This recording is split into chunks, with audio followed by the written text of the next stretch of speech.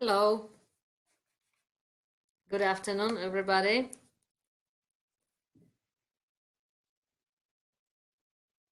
Today I will be speaking English because we have an international guest on our webinar. That's why the whole interview will be in English. Hopefully everyone can survive this. Welcome everyone to the next O4 Co-working and OBC webinar for business. Today we will try to talk about 4 ways of to make a corporate your client. As probably most of you know, O4 and OBC have been trying to help SMEs to grow and to survive for a few years now through our workshops and other educational activities. And due to this pandemic time, the only thing that changed is that we turned to online. Today we will talk about how to make the corporate your client. We will try to show SME owners the very difficult and very unobvious art of selling their products, their services, and their innovations to big corporates. We will try to answer the questions: who are the people in the corporates that make those decisions, why they make such decisions, and how to help them make the right decisions, and generally, why do corporates and startups and SMEs cooperate? There is no better man to talk about it than our guest. Today, our guest is a person with a big experience. He's an experienced manager in a startup and cooperation world, and he is a startup corporate cooperation evangelist with 35 years of experience in big companies such IBM, Apple, and Freecom. With such experience, he co-founded a wireless-centric VC, and since 2012, he's been an IoT consultant with a top-class renown. We've met thanks to his extremely influential Baltic hub called Things, which is dedicated to startup corporate cooperation. He plays the role of advisor and executive in a general management, sales, marketing, and business development. Personally, I adore him for being a smart, funny, and unpretending guy who speaks both about his successes and failures with a huge charm and always smiling. Please welcome Magnus Melander. Wow. that was an introduction, Marta. I'm already almost forgot to turn on the video, actually. So thank you so much. Thank you for being with us, Magnus. From my perspective, as I look at your experience, you are the perfect guy to teach us a few things maybe unobvious things about cooperation between small and large. At the very beginning, I would like to ask you the more general question. Generally, for SMEs and SME owners and corporate cooperation is sometimes love-hate relation. On the other hand, big corporates are big, bureaucratic, with some unwritten, unclear rules for us. On the other hand, they are steady and they are predictable business partners with huge range, with huge business development, and of course, with cash flow potential. So from your perspective, from your experience, what are the main reasons that the corporates and SMEs cooperate, startups and corporates cooperate? Well, why the corporates you can argue about, but it's a good description. It's a good description of the situation. I actually view the business life as parents, maybe grandparents, teenagers and kids. So I never use the word startup really. I think that's misleading. Startup is actually children to the industry, so to speak. So I think that is very important when trying to understand how to work together. So with that way of looking at life, the parents which is the corporates, they actually owe something to the kids, because without previous kids, they wouldn't be there, so they owe something to society. And this is what I try to tell every single corporate I work with, that you have to take that view of startups in general, that they are children to the industry and we owe them something. The same way as you as a corporate owe our society something, because we have, like in Sweden, we actually for free, we train all the people that they employ, which makes them, successful. So to that end, I think it's actually natural, and people grow and so forth. When it comes to advising small companies to who to play with, or children who to play with, I normally advise them to play with other children, because that's much easier. And it is easier. The problem is, though, that the other children typically don't have money, and they don't have experience, and there's a lot of things you're missing. They don't provide a very nice context.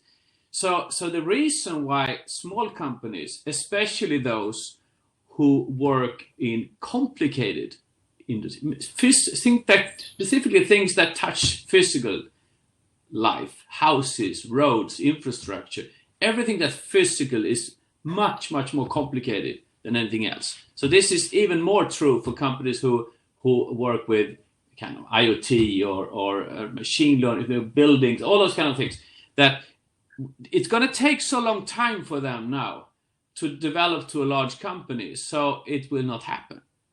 So the only way for those companies to actually become successful, really successful, beyond the street where they live and beyond the countries they live, they just have to figure out how to work with larger companies, which is tough.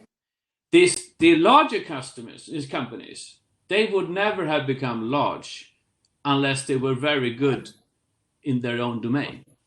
So we can just assume that all the large companies on the planet, and if they're not owned by government, they once at least understood their own domain very well, and they did something very good. A lot of them don't do that any longer, even though they think so. So if you ask them, they believe they know everything still, but I can prove, every single one I meet, one of those, I can prove that they are wrong, because they simply don't. Because the speed of new opportunities created by new technologies is so fast. So nobody can know what you can do with computer vision, let's say. So people have problems to cope with their own domain.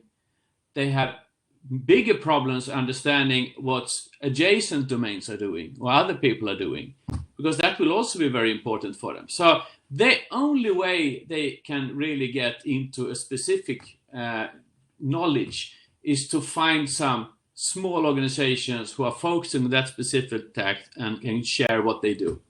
So that's the most simple way to explain to a large company why they have to start to work with smaller companies. Now, the real answer to the large ones is, since we brought first internet and then IoT to the planet, we can now connect everything, So we are just going through the beginning of an internet period again, when also the physical world will be connected to the internet. And that will change everything for everyone, since processes will be digital across every industry, not only banking and insurance and also. And the problem with that is what we call the digital transformation. And the digital transformation will take another 20 years or so. So this is just the beginning of something which will completely change everything again. And I am absolutely convinced that for large companies who don't learn from smaller, faster, more agile companies how to improve the clock speed, let's put it that way, and how to be more open-minded and think outside boxes or across boxes, they will fail and die. So there's a bigger reason, actually. So if you have more than 10 minutes to talk to a large company, you can also tell them that story. So, but those two things were actually the reason. This kind of double dependency was the reasons why we started things 6 years ago. To together with large and small companies learn how this actually should be done. or as we phrase it, to learn how to transform innovation in small organizations to value creation in large. So today we have about 45 corporates and 120 small member companies, or children or teenagers in our business. And we all learn together how to do that. Impressive. Long answer, sorry. No, it's okay. And to go down to earth, who are those people in the big corporates to talk to at the very beginning? Most open-minded people that are ready to talk to you. Who are they there? This is a huge minefield because most large companies they haven't even figured out yet what to do or that this is happening. So you just waste your time talking to them. So that's the first thing. Secondly, those companies who have start to understand that something is going on, a lot of them start by kind of showing others, owners or boards or journalists or somebody, that they do something. So they don't necessarily do the right things, but they do something. Typically, what they do is they start an innovation department or something like that. They bring a chief innovation officer on board. And that person sits in a corner, probably not even in the same building as where they manufacture products and things. And they develop, slides, and they go on events and those kind of things. And when they mature a little bit further, they come to the point where they get a little bit of money to start to talk, an allowance to talk to small companies about challenges they want to be solved. And then they might even mature even further, so they actually ask around internally what people are asking for. And then they go to find a couple of small companies, and they start. Typically, they use the word POC, proof of concept.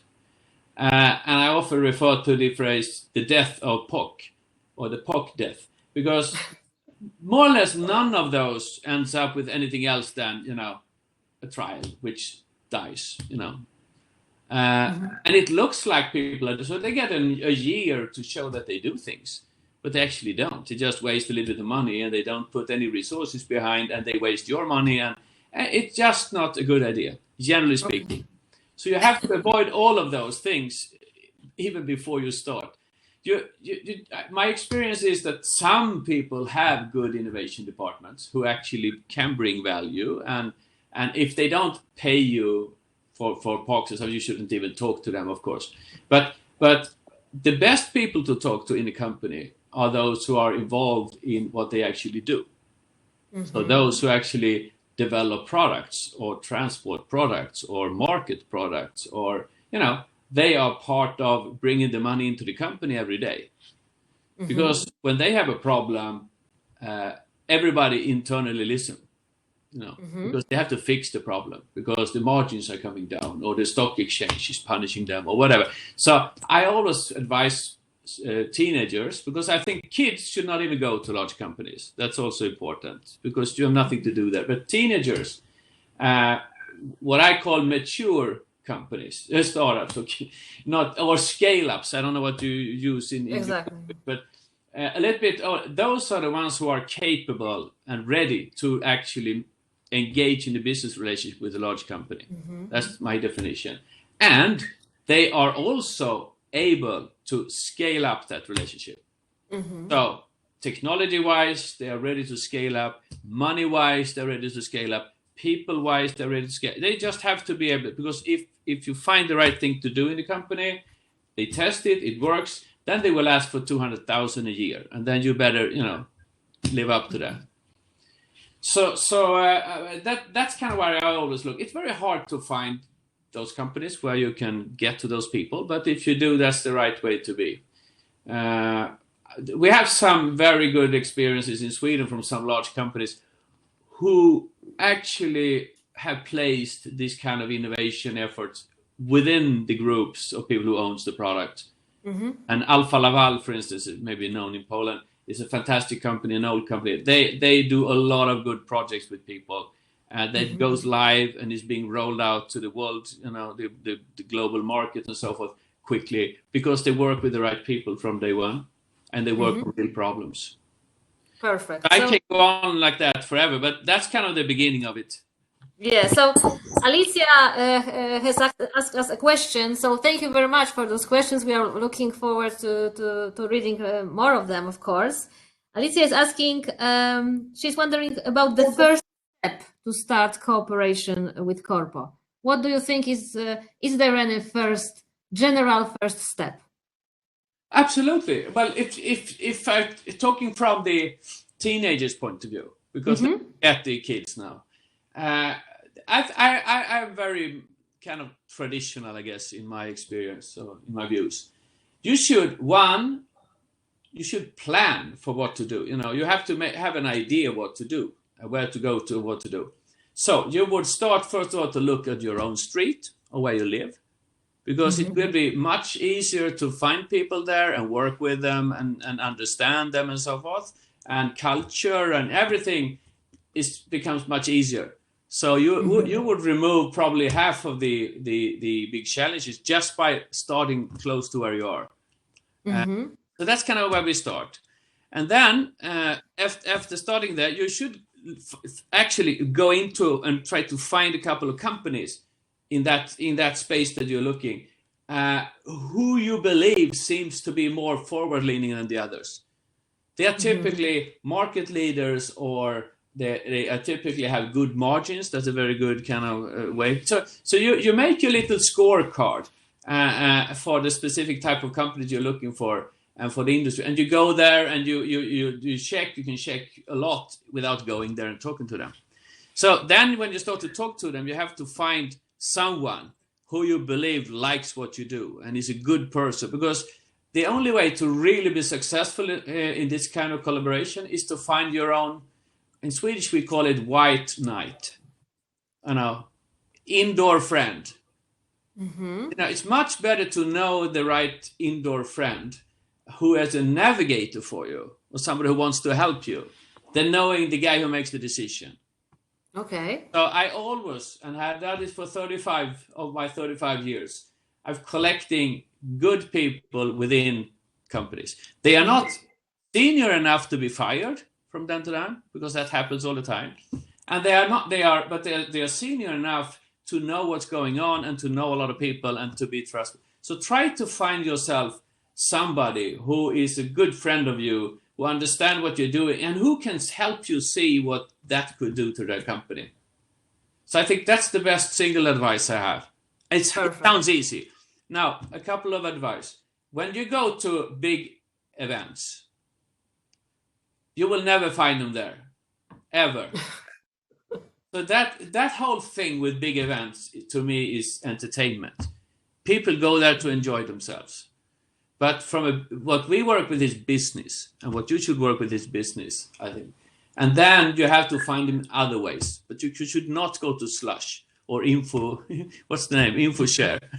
It's a great event, but you will not find the right guys there. And if you find them for the company you are looking after, it's going to be the wrong person. 100% true. Because large companies don't have people who have as a job to go around and drink beer and find interesting startups to work with. That's not true. Okay. That's a very interesting and myth. Marta, sorry, let me add another no. So on the other side of business is education, which is great, very important. But you should not deal with education either. We don't. We don't do education, we don't do entertainment, we do only business. And education in this case is companies who ask you to spend a weekend in a hackathon. They are not the right customers to talk to either, because they are not understanding that you are a business as they are, and they were in your size once. And you are on your way making money, growing your company. You're not there to entertain them over a weekend, doing something you have no clue about, change healthcare in 2 weeks or something like that. So don't do hackathons. That is only for kids. Okay. Very interesting. And okay, so we can move smoothly to your success stories of the startups that you've seen on your own eyes. Can you just tell us 2 or 3 stories of those teenagers, as you call them, that managed to find the right place for them, and that the story really ends up well for both sides? Can you tell us some, And those I cooperation? think before I give you stories, first of all, it's very hard to find reference stories in corporates, because first they never want to talk about what they're doing until it's done. And if it's successful, they love to talk about it afterwards. If it's not, they will never tell what they did. So you will have that issue that people ask you, give you some examples, or who are your customers and so forth. Then that is an issue. So the ones who are successfully in my kind of surroundings, who are successfully doing things with corporates, there are a couple of things they always do very well. So first of all, they pick the opportunities from chances of success, not from which the company is and if they're well known or cool or something like that. So you always validate every opportunity out from the chances of success. And then when you've done all of that, you have to get to the right people and so forth. But then you have to make an agreement with them up front. And this is where most of the teenagers fail.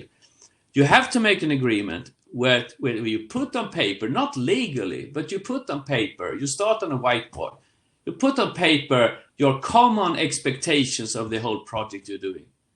When is it starting? Why are we doing it? What's the expected result? When is the expected result to be there? How will you pay us? When will you pay us?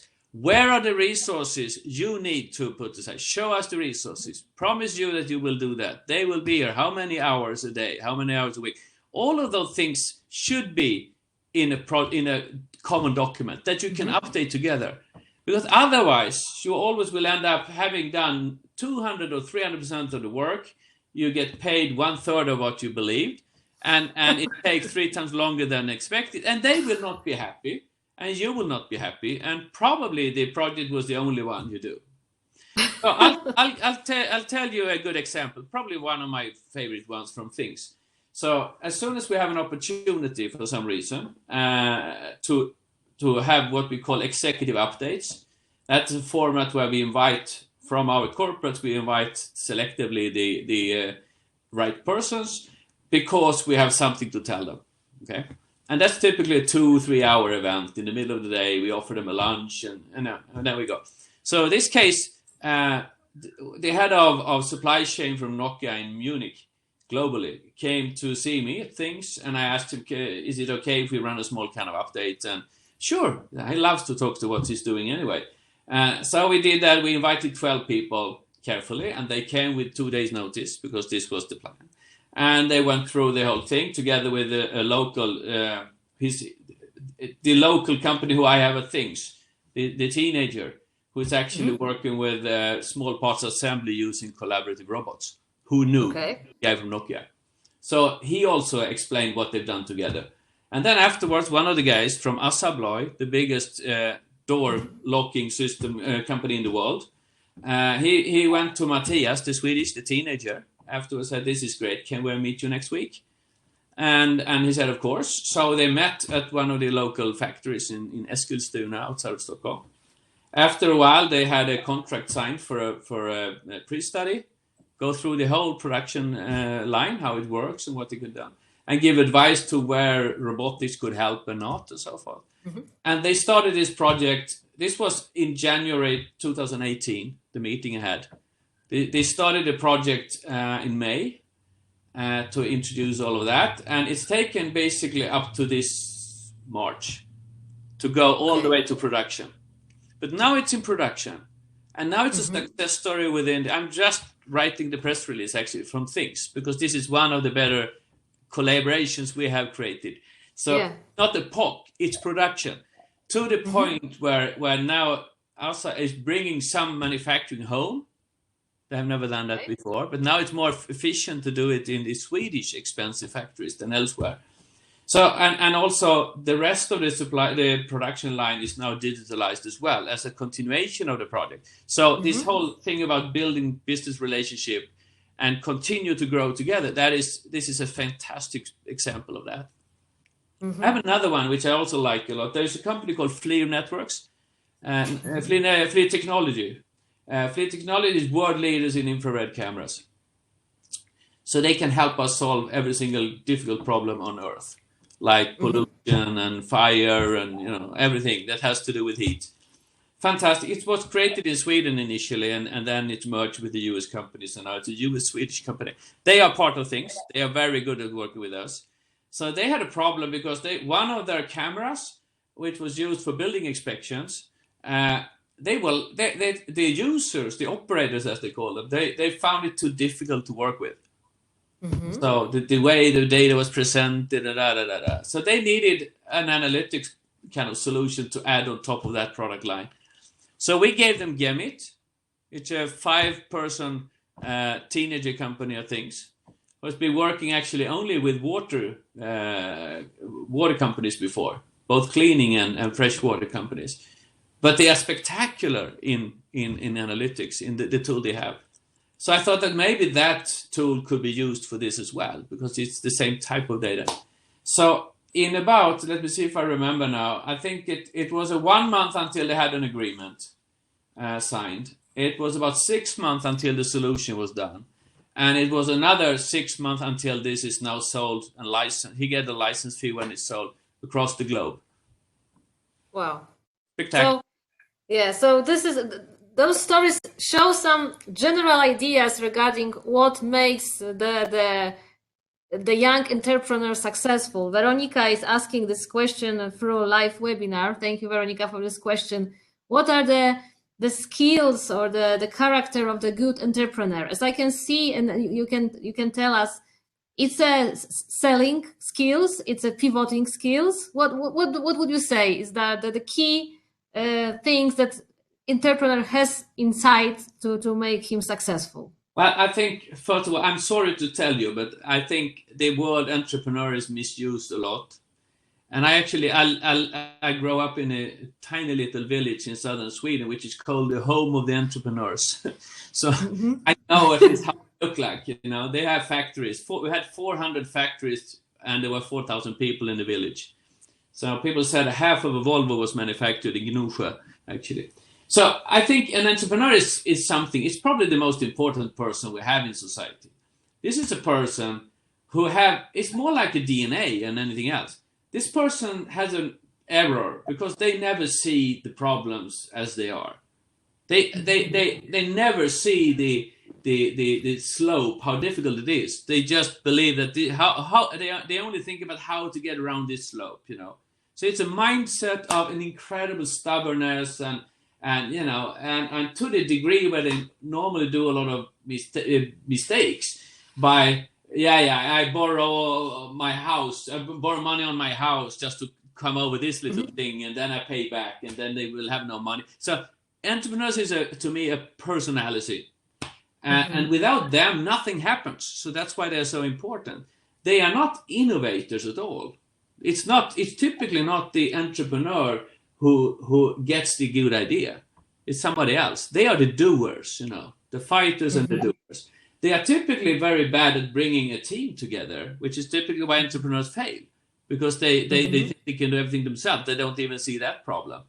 And they typically would do, in one of the companies I invested in once, the entrepreneur, he even did the option program for the employees himself. And when I looked at it, I said, you're so crazy. There are 3 zeros too many on the strike price. It'll never be worth more than Ericsson, So entrepreneurs are fantastic, but they have and we need them badly. But they are not the guys to make a company fly. Okay. What you need in a company to fly, if I invest in a small company, a kid company, I always want to see more people than one. Probably more than one owner, because if it's only the entrepreneur, you might run the risk of that the mother and the brother and everybody else going to be there, and all the decisions are made around dinner, table in the evening. So I want to have more than one owner. I want definitely to have more than one person. I want to make sure that it's a diverse team. and I want to make sure they are treated well in terms of, in the sense that they are part of owning and starting and driving the company. So entrepreneurs who don't let people in, I would never go to. They will fail. Okay. It's just a matter of time. So now when you have grown up to the point, I think that's where the question comes in. When you're grown up to the point where you are, teenager, 13 and a half, then you absolutely have to prioritize sales and marketing. And this is what I worked 20 years in US companies, and I think the biggest lesson learned was that in Sweden, we were never ready. The engineers were never ready with the product. So when they finally were ready, because it should be perfect, well, the train had left. Always. Because we were too kind of product and engineering focused. In US, they at least said, it was not true, but the first guy to hire is a salesman. And then you send him to the customer and ask them what they want. And then you go home and tell the engineers what to do, But there's a lot to that, At Apple, we said we always start by designing a nice T-shirt, and then we figure out which product to put it for, So I think that is really important. And typically, what small companies do, since they have scarce money and resources, they hire maybe a sales guy, but rarely. They normally start hired by a very junior marketeer, which is waste, completely waste of time. Because what you have to do, you have to build a brand. You have to establish yourself like, have you heard about this company? Yeah, it's established. They are you can call it under the radar, because then you don't have to do all the CRM systems and all of that. So you need to build a position and a likability among the potential customers that is huge. And that only you can do face-to-face with people, or to show fantastic things and stuff like that. So, but beyond that, it's hard to say. But it's all about sales. And at things, those companies I work with, the teenagers, I would say the average age in those companies are 35, 40. Okay. If you go to one of the hubs in Stockholm, startup hubs, you will find that the average age is 25, 30. But you cannot even talk successfully to a corporate unless you are grown up, You just have to have been there before. And, just how you behave, it's a different, as you said initially, they are very different. It's like visiting your grandfathers once in a while, in some cases. And I think it's really important. You have to, it's not, I hear a lot about, well, they don't know anything, or they don't understand. But that's wrong. They actually do.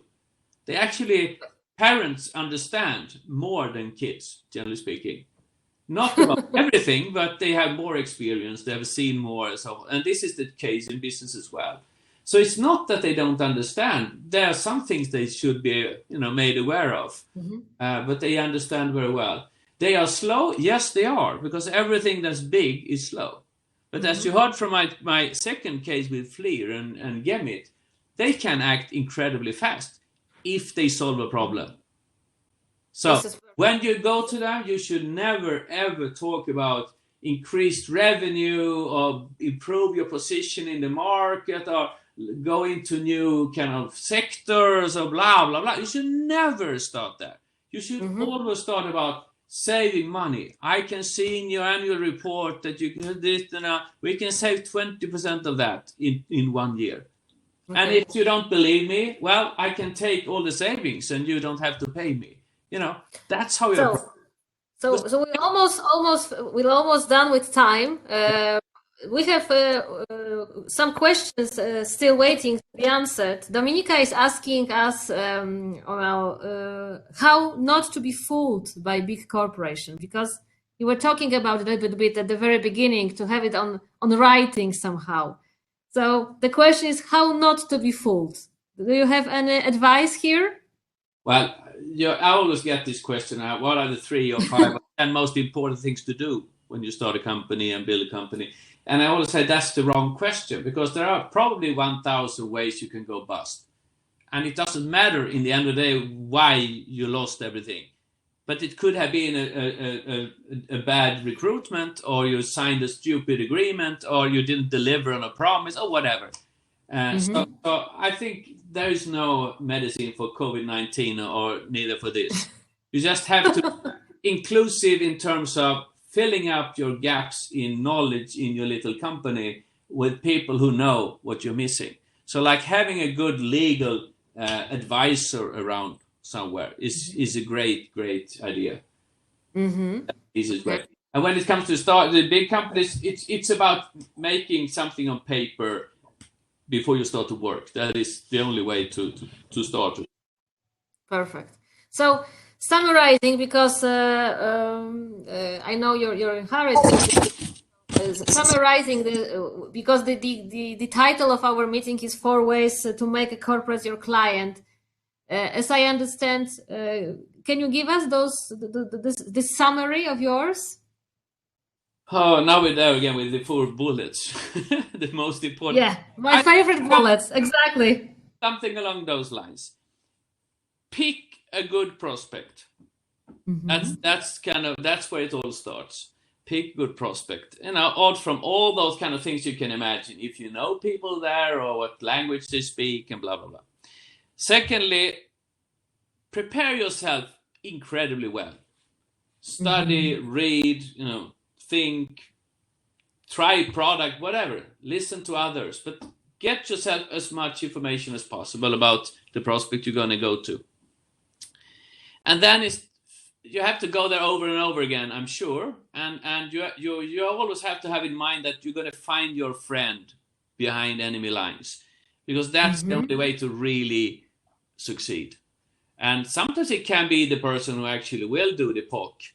And even if the POC isn't going anywhere, because some large companies use that just to test you. They don't want the POC to be something. They just test you as a provider. So it could be that person, but it could be somebody else. And then finally, focus on save. Focus on saving money. Because, if you can provide with some reasonable arguments that you can save 10% of the bottom line or whatever, repair or something in the company, well, everybody will listen. No, we don't care. They can say we don't trust him, but they can say we don't care. Everybody cares about that. Okay. Save money for people. And if they don't want to pay you, take a part of what you actually save. That's a fair bet from you, because you should not promise that unless you know you can do the saving. So, and finally, one thing not to do, never, ever. The market is $65 billion. If we only take 0.5% of that, we will become this. This is the most stupid argument that keeps. Okay. Yeah, and we heard it a lot during the coaching sessions. It's true. I thank you very, very much. I think everything that you said was very useful for startups, for SMEs listening. Very interesting, this myth and untruth about big conferences and hackathons. I love it very much.